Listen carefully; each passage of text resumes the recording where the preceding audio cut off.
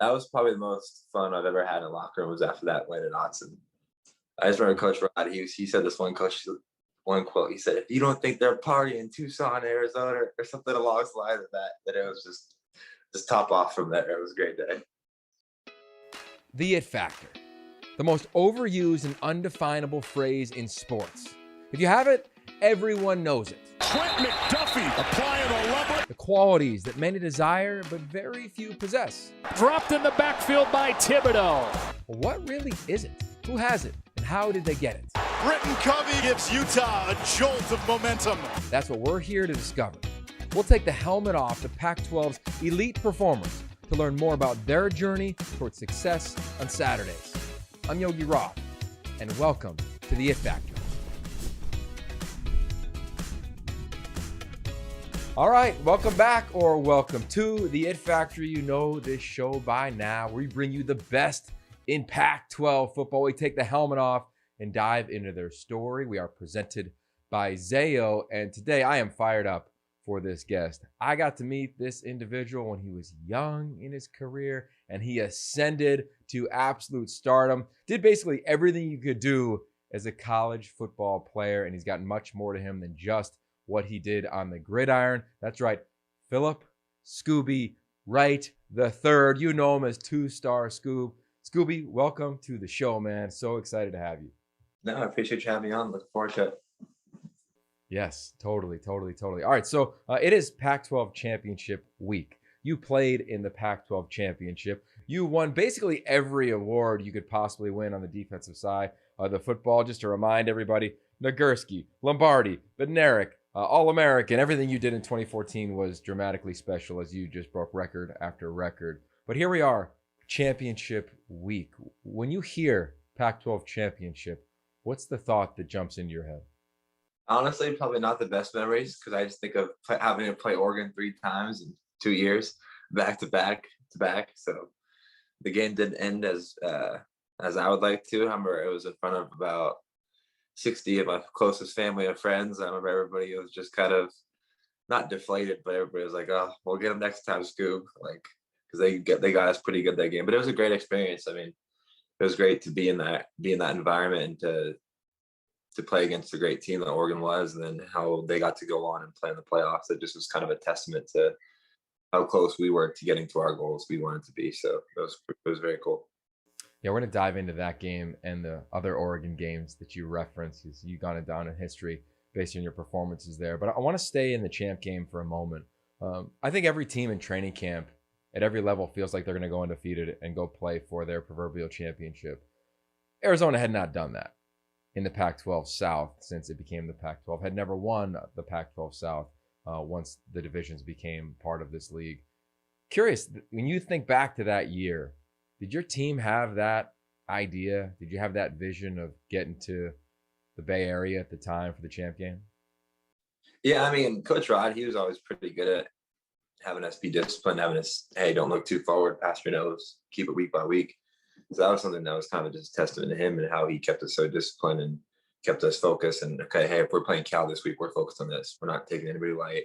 We're going to take it step by step, get past them, then take it 14 weeks at a time, or however many steps it was. And like 14-round fight, that's kind of how we played it off. And that's how because we knew we had good players. It was just a matter of if we could play big and big time games and not let anything slip mentally. So big time games, I mean, it doesn't get much bigger in college to play in your championship game with a chance to rep your school at the Rose Bowl, right? Rose Bowl, you know, you grew up in the West Coast, you know how important and critical that game is. When you guys entered that game, I remember meeting your team as you came off the bus. I interviewed Coach Rodriguez at the time.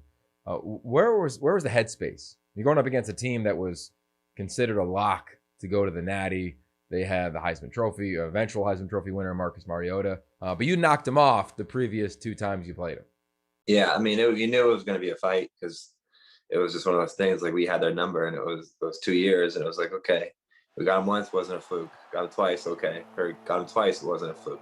3 times, okay, we can go out there and let's see how good we are. Then kind of the top went off, and they kind of had a number. But I'll never forget I was the read guy that game, and it was just, I felt like it was just frustrating because every tackle I made was 5 yards, 8 yards down the field. I think I finished the game with like 15 plus tackles, but everything was 4 yards down the field. So that was the most frustrating thing about that game when I think about it and look back. What did Marcus say to you after that game, if you recall? Honestly, I don't even remember. He was such a quiet guy and so nice. It was like he was like, all right, good game, so just kind of about his business. But he was always a super nice guy and always super professional. So hats off to him. All right, so let's go back to the previous year. I believe it was senior day in Tucson, and in come the Ducks, highly regarded, highly ranked, and you put it on them. What do you remember about coming into that game? Because I got to imagine the mindset playing Oregon then at home, even though you were just staying like, what was it, an inch in front of your nose or whatever, just staying focused on the opponent. I got to imagine the confidence going to that game was much different than going into the title game having beaten them twice already. Yeah, I mean, it was one of those things where we knew we had good players on the team, and it was just a matter if we could show up and play in the right place and the right time. And it was kind of all the pieces fell into the perfect that week in Tucson. So, but the craziest thing about that game was I remember coming out, start of the game, nobody was really at that game, and at halftime, coming back in, the whole entire stadium was packed, and the energy was insane. And we had them on the ropes, and we just kept it going. Well, how about your performance? I mean, you make a play that has gone down in history. Do you remember that snap? But my freshman year or my sophomore year? Yeah, the first time when you knocked them off at home in that game. Yeah, so looking back at that play, like I remember I got the ball, kind of spun, stayed in bounds, and just looking up and seeing a sea of red with all my teammates. Then out of nowhere, I kind of just get tripped up and tackled by some guy. And I always remember just thinking, my coach Castillo, said, you should have scored on that play, right? And so that's what I think about, is Coach Castillo telling me that in the film room. So yeah, well, it was amazing because I believe Marcus went 353 pass attempts without throwing a pick up until that point. Like, when that's happening, right? Because doesn't one of your teammates kind of tip the ball and then you make this circus catch? Like, I know it's hard to, in the moment, you're probably not thinking it, but looking back and watching that, like, bro, that was one of the best plays I've seen in my 20 plus years in college football. Yeah, I mean, I think there's like only one other time it's happened. I think it was like Oklahoma State, where like something very similar happened like in the early 2000s. And I think Carlos Danzy, one of my teammates, him showing me a play, he had something very similar. But it was when I was like going through my head, I remember thinking, okay, I'm just running to the ball, and it was like thinking back into playing schoolyard basketball. Your homie Shaquille Richardson's throwing the ball back into, and you're like, oh, gotta stay in bounds, and then just take off. So it was, I don't know, we were just out there having fun. It wasn't like one of those things you worked on in practice. It was just out there playing school football. All right, so I've been to Tucson, as you know, many times, but I've never really hung out post game. You hear about what was campus like after that upset? Yeah, well, I remember that was my freshman year, and it was like, I was still pretty young. I was just kind of a young guy on campus and stuff, and didn't really know much, still trying to find my way. But it was pretty electric. I just remember my dad and everybody in my family was having a great time in the stands and stuff. And then my sister tracking me down on the field and stuff. And I remember that. It was just a great time in Tucson that day. Okay, so you finished that season off, and then you come into this campaign your second year. Look, we knew you were a good player, but I don't think anybody thought you were going to set a record for TFLs with just dramatic. I'm almost 30. What was it like for you in that off season? Like, did you use that game as fuel to prepare yourself to have the year that you had? And did you think you were going to have the year that you eventually had in 2014? Yeah, I mean, I always had that belief in myself. I knew I always had that belief in myself. I knew as hard as I'd work, it would reciprocate back. I always knew that, because that was just something I was always preached to, and just always believed in myself, and just never stopped working, never stopped getting better. I mean, every day I practiced, it was just, okay, I'm gonna work on this. Okay, check it off the checklist. But I just had big goals. It wasn't anything like that. It was more so just, hey, clean up the mistakes and just be the best you can every single day. And if you can be the best every single day, and you look back a year from now, you're gonna be a lot better than you were the year before, and just back in those days. Okay, so as that season unfolds, bro, you start going off. I mean, like, postal week after week after week. When that starts to happen to somebody, you probably know this already, but you had more TFLs than I had receptions in one season that I had in a 4-year career, bro. So I don't know what that feeling is like, but I'm really curious to know, as your star ascends, for someone that only had 2 stars coming into college, how did you manage and deal with those expectations and how you performed? Yeah, just kind of going back to that belief thing, because I went to all those camps and stuff, to like those Nike camps, and all those 5-star guys. I remember seeing them. I was like, yeah, they might be an inch taller than me, a little bigger than me, but they're not faster than me. They're not quicker than me. And I'm like, okay, I guarantee I'm probably tougher than all these guys. So I always knew how I matched up in that sense, but it was just a matter of just capitalizing on the opportunity. And Arizona gave me that opportunity to go out there and play, and I was grateful to have some great teammates who always just kept it about the team and always kept it important. It was never about, hey, Scooby's doing this, Scooby's doing that.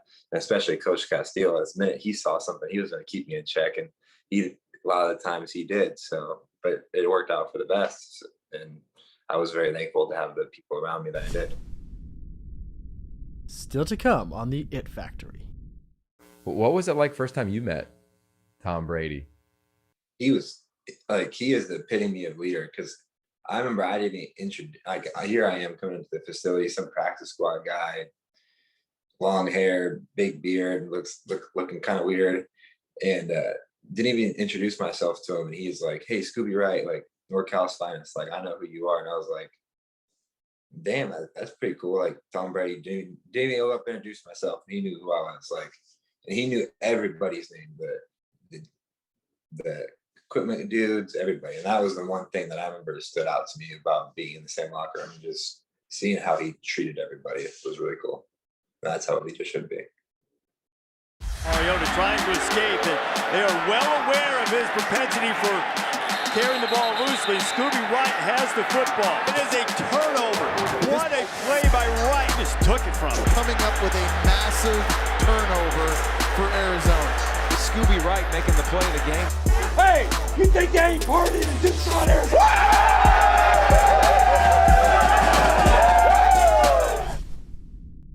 I remember this game like it was yesterday. Thursday night, you go to Autzen Stadium, the year you guys go to the title game. And I remember sitting down in my hotel. I'm pretty sure I had an Oregon State game. So I think I was in the state of Oregon to watch that ball game as a broadcaster. And you just start making play again after play. Like, you go into one of the more hostile environments on planet Earth in college football, and you guys went toe to toe. What was the locker room like? Right? You talked about toughness and having the hard edge. I'd imagine you need that going into that type of place. Yeah, I mean, just going back to Coach Rod, he always had one of my favorite quotes from him is comfortable and uncomfortable. And I remember it was like 6 a.m. practice. Like, he had us waking up on a Wednesday, pouring rain in the stadium, music blaring, offense out there with wet balls, trying to get us to go. And like, the mic's cutting out, can't even hear the coach. And then I'm getting yelled at by Coach Castillo, can't even make a check. So he put us in high intense situations. So when we played into games, it was easy. So that was just one of those things that Coach Rod did. And it was just really funny looking back, and we're like, why are we doing this and that, da, da, da. But looking back, it was important to do that, because it made us put those in. It made us be comfortable in uncomfortable situations. Okay, you make another play that had gone viral in that moment and since then in that ball game. What do you recall about coming off the edge and making another play against the eventual Heisman Trophy winner? Yeah, so I mean, that was something we talked about in the film room that week. We were just talking about, I remember us as players, we were talking about, hey, if he's running around the pocket, he likes to keep that thing low when he's running and take a swat at it. I remember we talked about it in the linebacker room, and we went out there and executed. And I just remember getting the ball and like, oh God, I actually got it. run to the side, run into the sideline like the water boy, but just having fun. That was probably the most fun I've ever had in the locker room, was after that win at Autzen. I just remember Coach Rod, he said this one quote. He said, if you don't think they're partying in Tucson, Arizona, or something along the lines of that it was just top off from there. It was a great day. Was that a point? I mean, I know you guys just went a game at a time, and every coach in the country says we're 1-0 this week. But I got to imagine the locker room. Here you are, midway through your second campaign, rolling. You could argue the best game of your career at the time. Were you then thinking, all right, we can get to the Bay Area. We can get to this champ game. I can get to go play in front of 60 plus people that know me and watch me grow up. Yeah. Yeah. I mean, beating Oregon like that in one of those big time games on Thursday Night Football, I mean, there's not much of a tougher opponent than that, than a bigger game than that. So we just have the mentality, if we can go out there and everybody can be on the same page, play, do their assignment, and do what their coach do to the best of their abilities, and just kind of had to keep it going and keep swinging every week. You said toughness a few times so far. Where does that toughness begin for your journey? Me personally, or Arizona? For you, like, I mean, you had to develop that as a young man, I'd imagine. Yeah, I mean, I think it just kind of goes back to a testament to my parents and how they raised me and how just the environment I was in and stuff. Because it was one of those things. I mean, I was out working out at 11, 12 years old, throwing up out there, running in the summertime heat, doing ladder drills with all my sisters out there practicing, doing her softball stuff with my. So it was just one of those things. It was just kind of, that's just the way it was. That's just what you do. You don't sit there and think about it. Oh, let's feel sorry for yourself. Like, okay, we're just gonna go out there and do this. But it was always fun. It was never dreadful or anything like that. It was always, okay, we get to mentality. It was never we have to. So that was always kind of the way I looked at it as growing up and stuff, because I don't know, hard work pays off. Yeah, it's always felt, knowing you since you got to college, that like the harder it got, the more enjoyable you found it to be. But how was that as a kid? Right, you said you enjoyed working out, like you get to versus you had to. Was that just ingrained in you? Did somebody teach you that? Yeah, I mean, just kind of a testament to my parents, and because I always knew I was never going to be the biggest, strongest, whatever, this or that. So I knew I had to have the intangibles to set myself apart and to be different and to do different things. You have to do different stuff. So that was just kind of my niche, and the way that was just my anchor, I guess. Wow. So as you were finding, colleges, beginning that recruiting process, how did you navigate that with your family? So it was kind of it was always just kind of making sure I stayed positive, because I remember there was a lot of times like going to Cal. I was going to Cal camp. I think it was going into my junior year maybe. I can't remember the coach, but he was like, they had like fastest kid of the camp, fastest linebacker of the camp, and I finished in the top 5, and all these dudes were all offered and stuff. And I was like, okay, like I belong here. And then the end of it, I was like, hey coach, like, what do you think? Like just straight up. And he's like, He's like, yeah, you should probably look at schools. Like, I don't think you're Pac-12 material, this, and this, why. But I just remember me and my dad looking at each other in the eyes, just, all right, this guy could go. Yeah.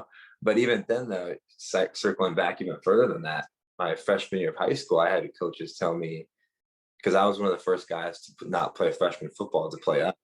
And some coaches were really mad about that. And they even told me, like, oh, yeah, you'll never play linebacker here at this high school. So, yeah. And then you're a 14-year-old kid, and like somebody tells you that, and you're like, okay, well, who's this guy telling you can't do something? It's a matter of just that confidence and believing in yourself and trusting your work and trusting the process. God bless that coach at Cal. Okay, so how did you process that? Like, how did you internalize when someone said at 13 or at 17, you're not good enough for the next level?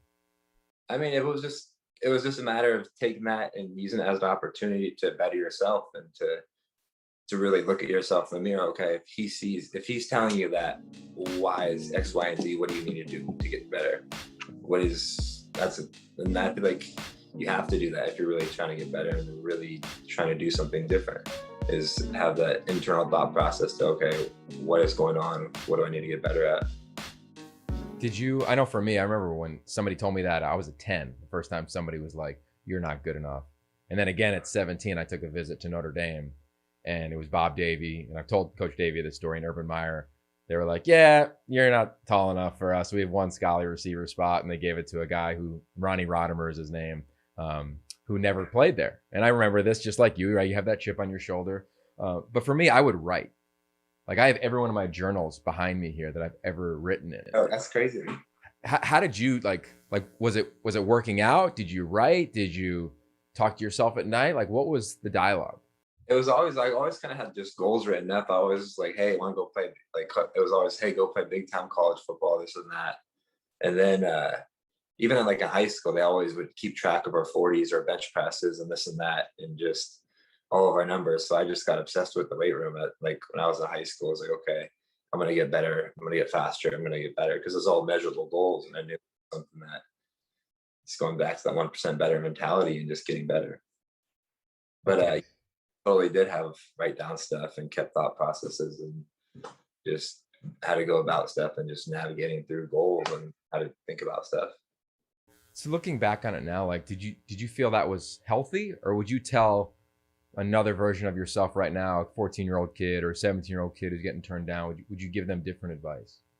No, I think you totally would, but I think I would say that you wouldn't need to be locked into one sport. I think if I maybe would have wrestled in high school, but I also did play basketball, so it was one of those things where just kind of finding not even so much a balance, but at a young age, I knew I wanted to play college football. I knew that was an obtainable goal for me. So I kind of did put all my eggs in one basket, and then went from there. Played in the NFL. Then that was more so when I got out of the NFL. It was more so like, okay, what is Scooby Wright good at? What am I about?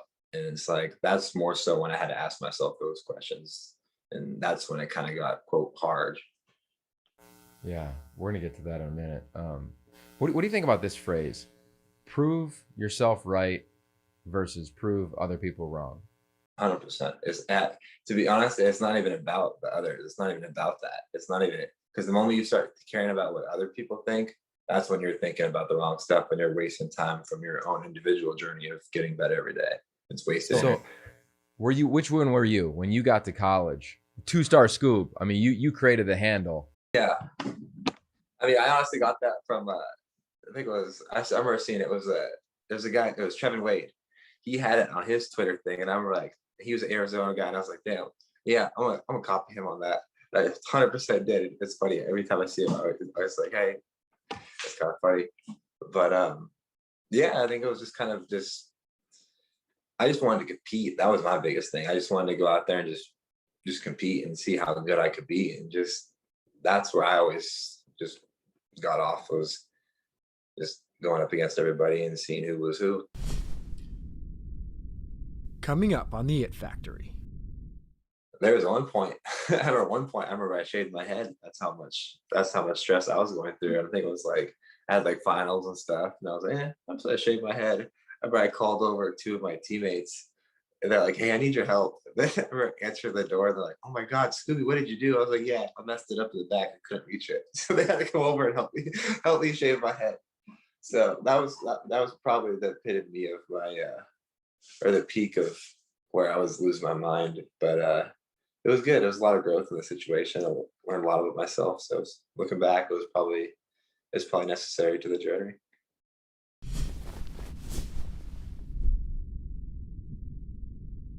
I wish I was probably more of the prove self right. I was probably a combo. Like I had, my list was also the people who turned me down, right? Like I went to Pitt to solely play Notre Dame because they said no, right? So clearly it was about the external versus the internal. So with that said, how did you end up in Tucson? How's that happen? So I think it was my junior year, like last day of junior year of high school. I was at the beach, going on the beach with some friends, and then I got a bunch of missed phone calls, and it was my grandma. And somehow I answered my phone call, and my grandma called me. She's like, hey, congratulations, you just got offered like by Arizona. I was like, okay, grandma, I have no idea what you're talking about. But I hung up, and then I go get cell phone service some more, and then my phone rings, and it's my dad. He goes, dude, we've been trying to call you for the past hour. And yeah, Arizona just called up my high school coach and offered me just strictly off my high school highlight tape. And then a couple weeks later, I went to Tucson. But a couple weeks before though, I was in Boise State, and that was like my dream school was Boise State. I loved the blue turf. I loved like the hammer. I loved all that growing up. And so I went up to that camp thinking, okay, they're gonna offer me. I'm gonna commit right there. And it was my parents kind of had to force me to go onto a plane in the desert and stuff. I literally said that. I was like, yeah, there's no way I'm going to go to school in the middle of the desert. You guys are crazy. And then by the end of my recruitment trip, that when I went to Tucson, I committed. My dad's like, "Yeah, see why I wanted you to go out here." I'm like, "Yeah, you're right." So always trust your mom and dad. Words to live by. What about it? Because you turned down Boise State at the time was rolling, right? Chris Peterson had that train moving down the tracks. What about your visit? Like, what was it? Because it was Pac-12 and a Power 5 school, or was it something unique about the trip? I think that was the biggest thing. Was it doesn't get much bigger than the Pac-12 football. That's a big stage. I mean, you get to go out there and play against Oregon Thursday night football, play against USC, play against all those schools. So that was my biggest thing. Be close to California, have your parents be able to go to games and stuff, and just be on the West Coast. That was just the biggest thing for me. Okay, so you make that decision. We've talked about your first 2 years. You were a dark horse Heisman campaign guy your third year. Yeah. It didn't go as anybody planned, I'd imagine. And you end up leaving early. Like, you look back on that now, what's your perspective?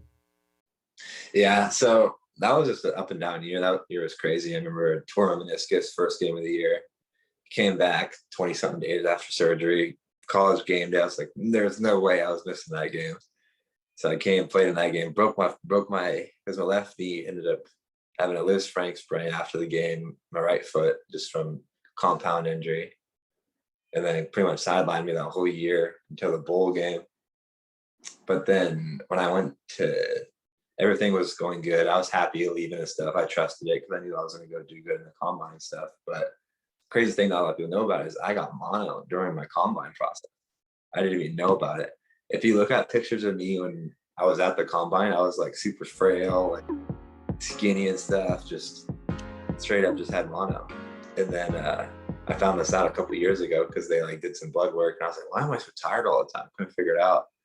And then they said like somehow in their blood work they found like, yeah, you had mono like a couple of times. So everything that could have gone wrong leading up to my draft process, combine and stuff, like went wrong.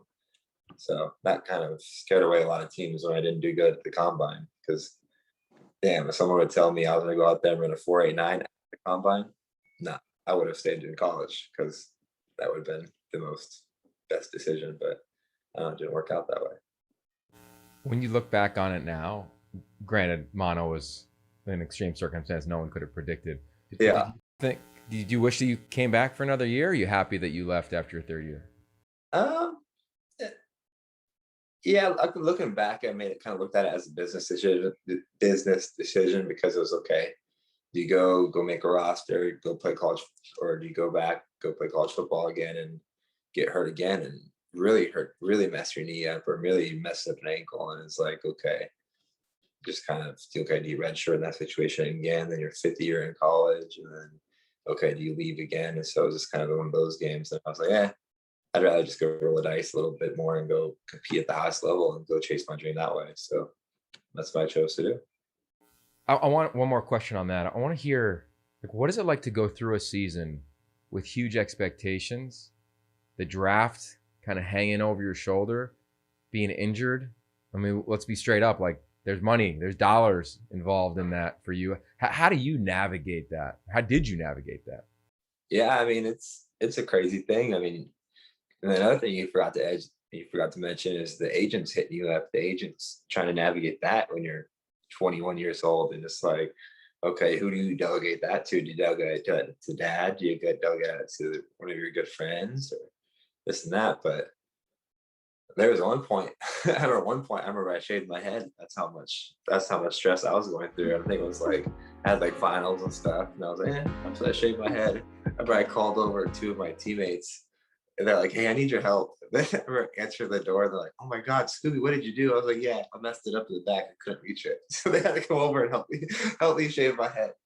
So that was probably the epitome of my or the peak of where I was losing my mind. But it was good. There was a lot of growth in the situation. I learned a lot about myself. So looking back, it was probably necessary to the journey. What do you wish that you had then to deal with that stress that you just described? Probably just going back to that balance of knowing that there's more to life than football, and just having the belief in yourself, like, okay, you're gonna work through this. Not there is gonna be light at the tunnel. It's not gonna be like this forever. But just I'd probably say that's the biggest thing of just staying positive in not positive situations. Okay, so you get to the league Uh, and you get picked up. yeah. 2-star Scoob. Like, what was what did you anticipate the NFL being like, and what was the reality, and how close or how far apart were those two things? They're probably as far apart as you could think. I remember making the 53-man roster. I was like, okay, cool. We're gonna go play on game day, this and that. And then you show up first game. I remember it was in Philly. It was a away game. I was with the Browns. I was on the 53-man roster. And I show up to the game in the locker room, and I'm like, hey, why is my uniform in a trash bag? Like, shoulders like, oh, you're inactive. I was like, what does inactive mean? Nobody explained that to me at all during the week. So then I was like, only 46 guys can play, even though I'm on the roster. And I was like, damn. And it was like, that was probably one of the biggest things I realized was like, wow, okay. And then I remember we had a bunch of injuries around like week 4. Then I got put on practice squad. And then they traded for Jamie Collins. And I was behind like Mario Davis, Christian Kirksey, Jamie Collins, Tank Carter. And those dudes were all like fighting for Pro Bowl votes, getting Pro Bowl votes and stuff. And it's like, I'm over here just on the practice squad, just getting pushed and pushed farther on the depth chart, just kind of getting back. But then I think the end of that, like midway through like those last 4 games, I got picked up to go to the Cardinals. And then I remember that was probably like the peak of my happiness in the NFL, was playing for the Cardinals and stuff and doing that, playing for Coach Arians. And that was super cool. What about that experience made it so much fun? Probably just having the homey feeling of the homey feeling, like the pride of, okay, I played in Arizona, played college ball here. I had fans, people knew who I was, and just going out there and competing in a familiar area, in a familiar state. I feel like that's something that people should be able to resonate with once. I remember when I was playing, anytime a former teammate who was in the league would come back, like on a bye week, they said the same thing. Same thing when I was coaching at SC. They would say, hey, it really is a business. It's not as much fun as you think. For you, like, it looked, and when we look at those 2 of the 3 Oregon games at least, and I'd include the champ game, I'm sure heading into that game you were having a blast. If you looked at the fun meter of those 3 games versus your NFL experience, like where do they rank? I'd probably say the ASU game probably ranks higher than all those games, to be honest. The ASU championship game, but out of those games specifically, I'd probably say at college for sure. But if you're asking my whole entire football career where the fun meter's at, I would say there's nothing more pure than high school football. I tell high school kids that all the time. I was like, you enjoy where you're at right now because you're out here playing with your best friends, your people you grew up with, and even when you get to college, yeah, you still have that same brotherhood, dudes from different area, you have the meshing, different personalities, but that was my funnest time, was playing football, was high school football. You get released in the NFL and you take a run everywhere, right? I remember seeing you at practice with Coach Aliotti and Coach Neuheisel with the Hot Shots, the AAF. You were in the XFL for a minute, but what's it like if you think you're going to get a call from an NFL team and then it doesn't happen? Yeah, it's a trip, because I remember when I was with the Patriots, they called me, it was like, I was literally like, it was like a week, because it was right before I was about to get my severance from the NFL, because I was out of the NFL for like more than a year. And it was like got cut September 3rd, and the Patriots called me, or got cut September 5th, and the Patriots called me September 3rd. And then I went out there and played in the preseason game, just hopped on a flight, had one practice, and it was like, okay, I was in the best shape I've ever been in, so I was ready to go. Like, had 2 sacks in the game, and like cut me, brought me back. A couple weeks later, I was on the practice squad for a couple weeks. So it was just a matter of just staying ready. But at that level, it's just a matter of getting the opportunity and getting seen by the right people at the right time in the right place in the right situation, obviously. You referenced your time with the Patriots. You got, in your playing career, you made plays against one of the top college quarterbacks of all time, and then you get into the facility with one of the greats in the history of the craft. What was it like first time you met Tom Brady?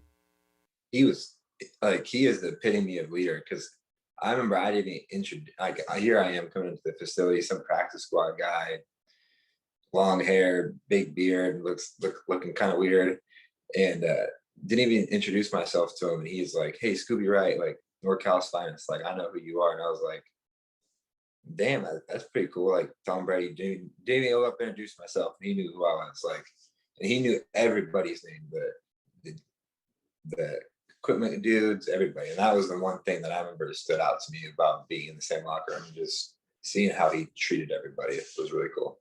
That's how a leader should be.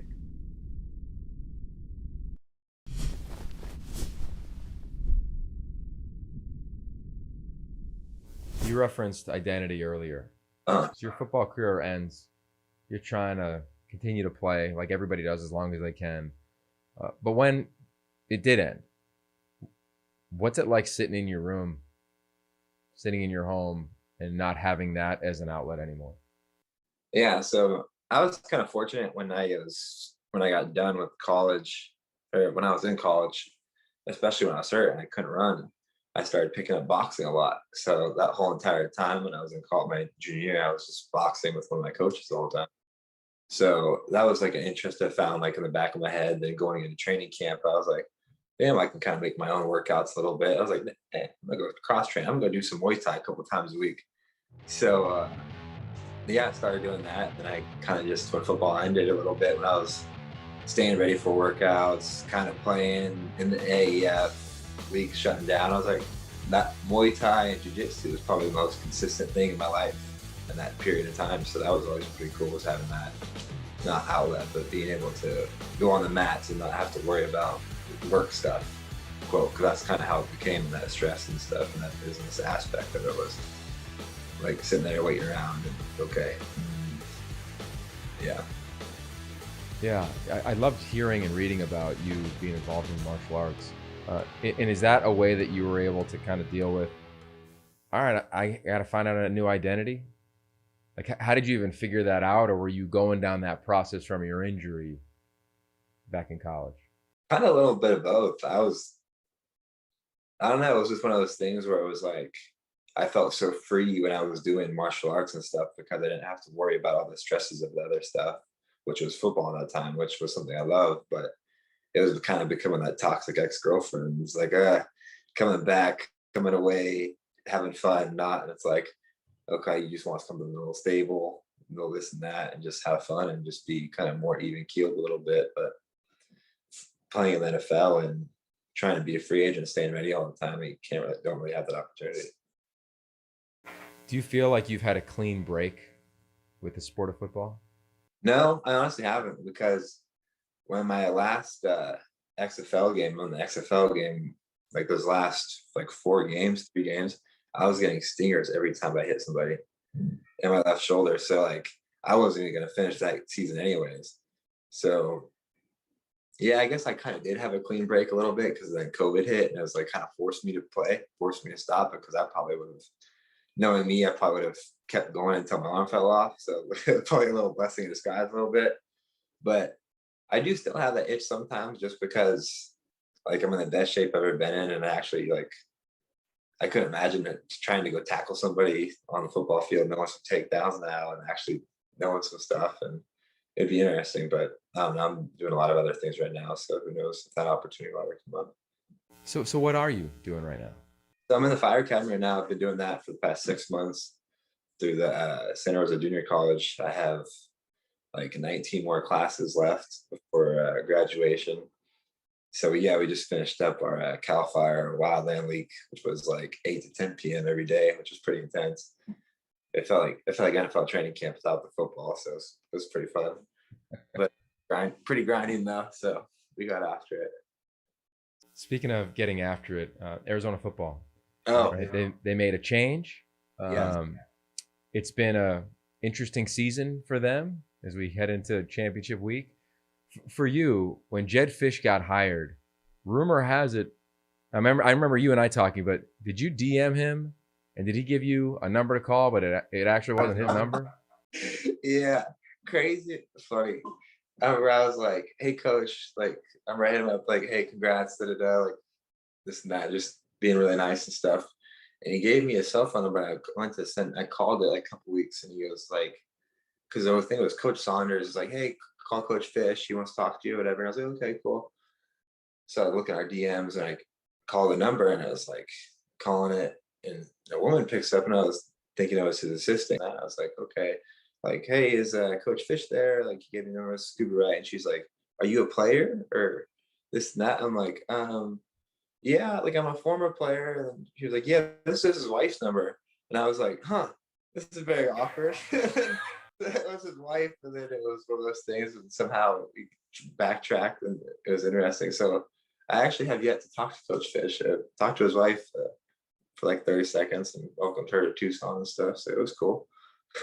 Yeah, Amber's amazing. I got to imagine when Coach Fish and his staff head to NorCal, there's going to be a moment where you guys connect for a bite to eat or some time together on the recruiting trail. Yeah, no, I didn't even think about that for sure. Gotta try to get together with those guys. That'd be really cool. So he's brought in a new energy to the program. And a big mantra for him is it's personal. And part of that is about personal relationships. Part of that is taking it personal as a player. When I first heard that, you're the guy I thought of, because I was like, that's two-star Scoob. That is Scooby Wright. Everything was personal to him, individually, collectively, you as a leader. How has this new regime change and the philosophy that Jed has brought in, how has it landed on you? Um, I think it's one of those things. Is just, I think you hit it right on the head. It was just kind of, it's personal. I think because personal, when it's personal, it means you care.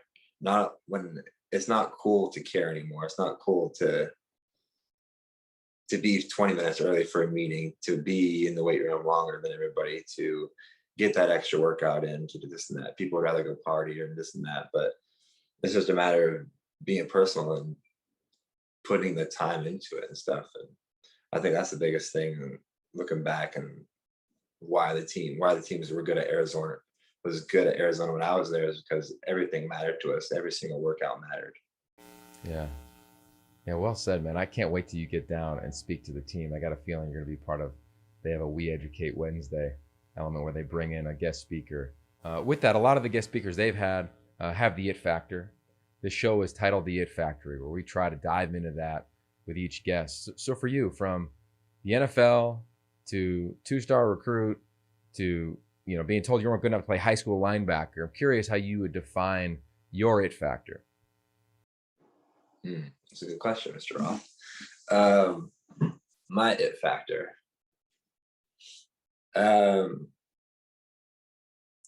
Probably just having the mental toughness of being able to just handle adversity and trying to turn it into a positive, and just having that belief in the self, and being able to, hey, I might suck right now, but a year from now, you're going to look back and be better than you are from now.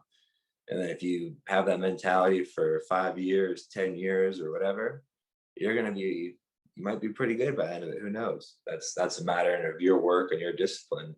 And I would say probably my discipline was probably my it factor, was being able to have that mentality of what I just said.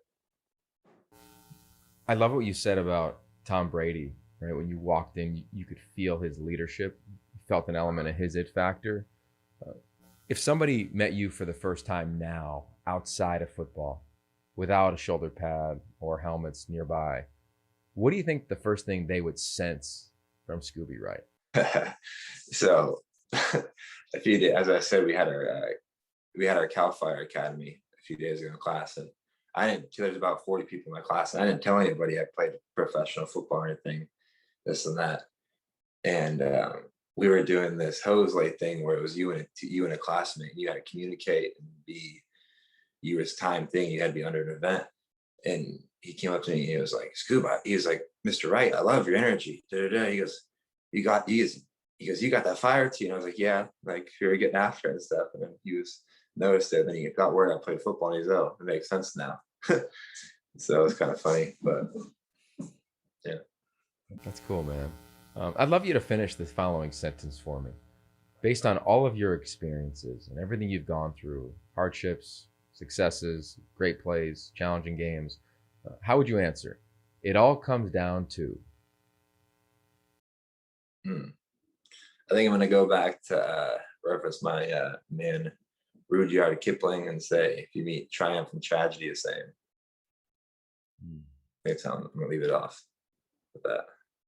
And if there was a newspaper right now, cover of it, and it was your image, what would the headline say about your life? That's a little deep there, man. Forever evolving. That's what I would say. Yeah. Pretty strong. Yeah, I think the minute you stay stagnant is the minute you stop growing, and I think when you stop growth, that's when you become comfortable, and that's when life becomes boring. No. I think we found the title of this episode. Forever evolving. Okay, to the rosters. 120-ish guys on one side of the field, 120-ish guys on another side of the field. They're going to come into this stadium in Las Vegas and see their pictures draped from the stadium like you did when you came to the Pac-12 title game. What would you tell them to make sure that they have the most fun in the history of fun in this championship environment? I would say enjoy it and don't stress. Because that was my biggest thing. I was always so wound up at those events, like going to the media stuff and just wanted to focus on the game. Okay, like practice game, let's go watch some film. Let's not worry about all this stuff that's not important. But that stuff is important because that's what draws the game. That's what it's part of the game. So you just have to enjoy that aspect of it and knowing when to turn it on and when to turn it off. And I'd probably say that'd be my biggest advice to players. Scooby, you've had incredible advice this entire dialogue. I hope every coach takes this and makes it mandatory listening or viewing for their respective student athletes. Man, thanks for coming on. It's great to stay connected via text or DM, but it is awesome to go long and go hard with you in a dialogue about your life. Yeah, man, no doubt. I appreciate you having me on that factor. I'm glad we dived into some stuff. That's cool. All right, there it is. Scooby Wright III, one of the all-time greats in this league. Guy who, of course, has history in the Pac-12 title game, but as you know, he is forever evolving, as is this show. If you pay attention to it, make sure you subscribe, you rate, you review, you share with a friend. Wherever you listen to podcasts, you got it. You can watch it on pac-12.com/insider. All the previous episodes, we got ballers from Kayvon Thibodeau, Keaton Slovis, Drake Jackson. I mean, you know the names in this league. We got the best, we got the brightest, and they go deep on their story. So appreciate all the support and love. On behalf of our producer, PJ Brassel, I'm Yogi Roth. Stay safe.